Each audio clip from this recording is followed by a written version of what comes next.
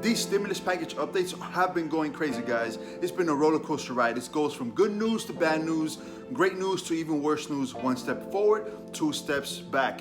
This past week, the stock market has been extremely volatile because of all the updates and the news that's been coming around related to the stimulus package. On Monday, talks between the Republicans and the Democrats have been heating up. Everything was going swell. Negotiations have been going left and right, and they have been getting offers and calls just to see what was going on. Nacny and Pelosi were both saying that everything was going in the right direction, that the deal was getting closer than people expected. Then Tuesday morning came around, then it was also reported that Nacny and Pelosi have been on the phone for hours of continuous negotiations. And here's where the stock market was really starting to go up, because this was great news for everyone. You know, everybody's thinking this stimulus package is getting close. Everybody's going to get the money that, to help out the people, okay? Tuesday afternoon came around and there was a lot of bad news, and the stock market completely went down. It completely shattered. Donald Trump tweeted that he's putting a halt to the stimulus negotiations. He's told all of his Republican representatives to completely stop talking to the Democrats because he feels that Nacny Pelosi is not negotiating in good faith, okay? And here's where everybody started to get worried. They're like, wow, so we just had good news, Tuesday morning. Now this came around, like what's going on? Are we not getting the stimulus package? It's just a big roller coaster ride when it comes to all these stimulus updates. It's just a lot of worrisome and for the people, okay. And then on Thursday, President Donald Trump had a change of heart. He tweeted, you know what, guys, we're gonna continue this negotiation process. We're gonna try to get a deal done with the stimulus package before Election Day, and it was a great change of heart. It was great news for the people. The stock market was going up on Thursday. Everything was going good. Maybe he had a change of heart because he was starting to think, you know what? I may need this package to get done before Election Day to make sure I get reelected.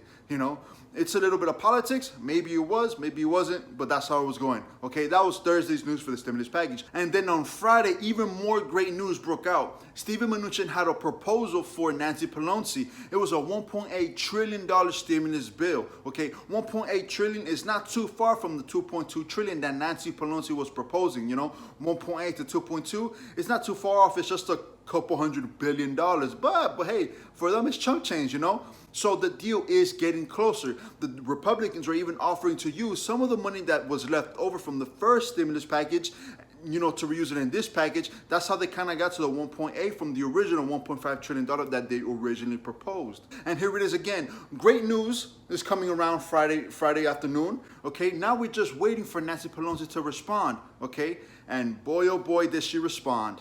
Saturday, midday, October 10th, 2020, Nacny Pelosi stated that she did not like the $1.8 trillion proposal that the Republicans were offering. She still feels that the language on how the proposal was kind of structured is not up to par to what she wants. She still feels that the money is not as much money as she still feels that the people may need. She's thinking, you know what? The president is trying to put money in the direction of himself instead of putting the money to beat the virus and put money into the pockets of people who really need it. That's how she feels. She feels that this package is, in other words, a slap in the face. It's super close to the deal getting done, but yet Nacny Pelosi is stepping back and I guess not accepting the terms of how this proposal is structured, okay? The language could be a little bit tricky for most people, so the language of what she wants could be maybe how the rules are kind of set or how some of the credits are kind of set in motion.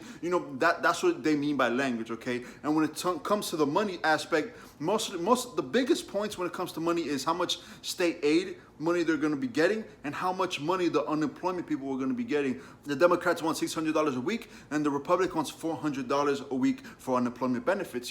Those are the two main differences. They're not talking about how much money the education is going to get. They're not talking about how much the airlines are going to get. They're not talking about, the houses. They're not talking about all the restaurants. They're not talking about these things. The two main reasons the stimulus package is not getting done is because of state aid and the unemployment money, okay? And if they could somehow resolve these issues or even meet in the middle, we could get a deal done, okay? I feel like the Republicans, they went up pretty high from their original $1.2 trillion that they were thinking in the very beginning of these negotiations. They went from $1.2 to $1.8 trillion now, and Nacny Pelosi is still stuck on the $2.2 trillion. One of these two sides has to give.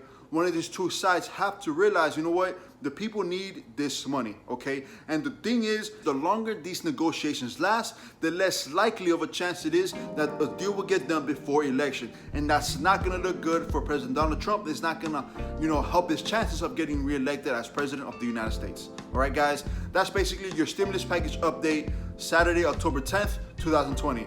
I hope a deal gets done before the election day. I hope people get their money, the money that the people need. All right, guys, please remember to stay safe. Have a great day. Be kind to one another. Till next time.